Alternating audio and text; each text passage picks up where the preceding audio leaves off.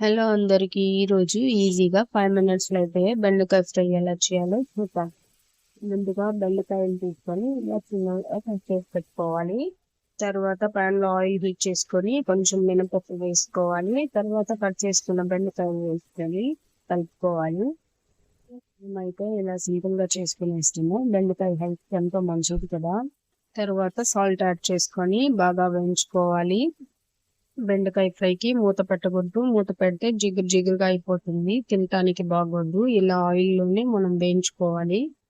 బెండకాయ బాగా ఫ్రై అయిన తర్వాత కారం, పసుపు పొడి, ధనియాల పొడి వేసుకొని వేయించుకోవాలి.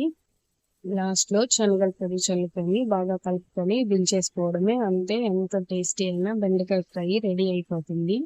ఇంకా మన ఛానల్ని ఎవరైనా సబ్స్క్రైబ్ చేసుకోకుండా చూస్తుంటే ప్లీజ్ సబ్స్క్రైబ్.